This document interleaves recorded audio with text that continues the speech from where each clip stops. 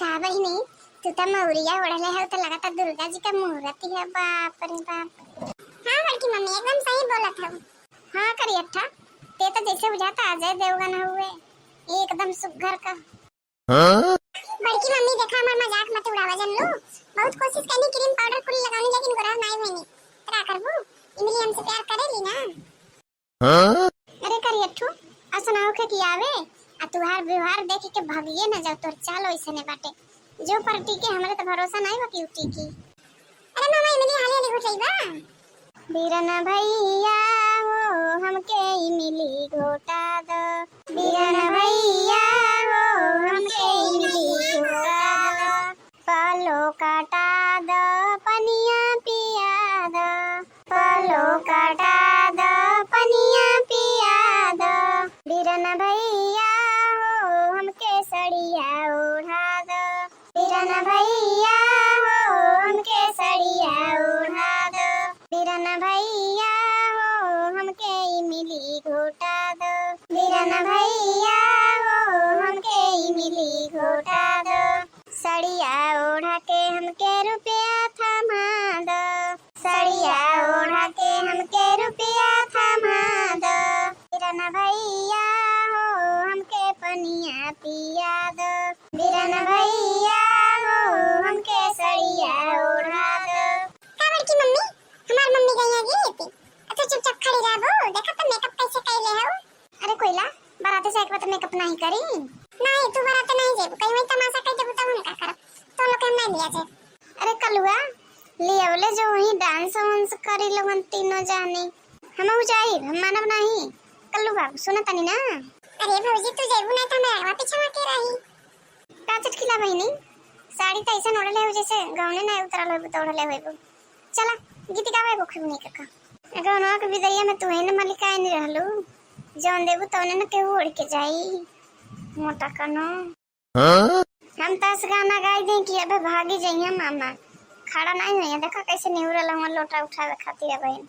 अरे तू का गइबो कब के सुन ले बा तो के गीत गावत। इमली ना घोटावे मामा सड़िया ना ओढ़ावे हो।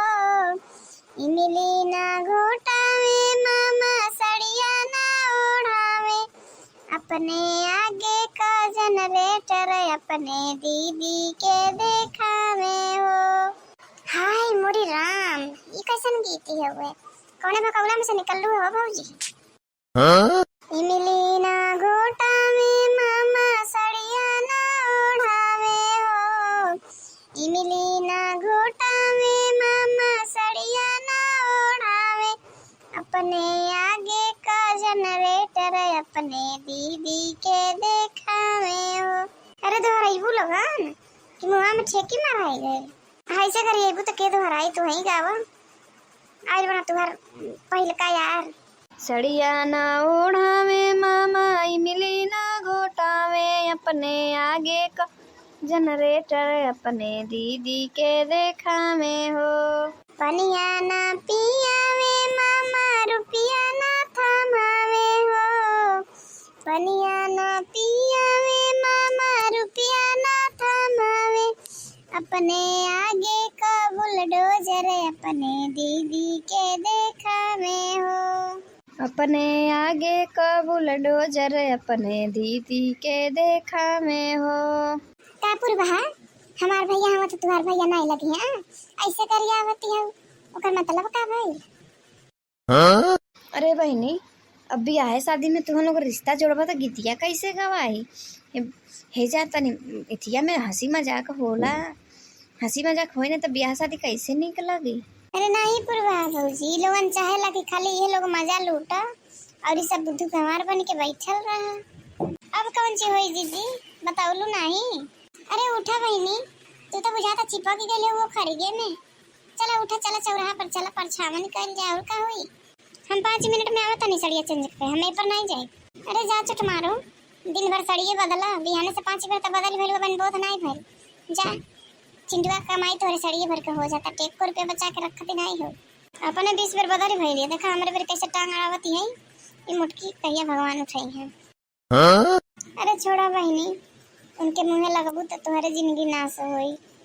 चला जा बदल ले, तैयार हो जा, अब नया नचर बाड़ू, अब नहीं तैयार होइबू तो कहिया तैयार होइबू। अरे फुआ जी का सब के वापस जैसे समझदार होत तो कितना नीक रहत। अरे बहनी चुप हो जा, नहीं तबे सुनिए बस भाई के तोर बबरी बुखारी ले आई है, चुप हो जा।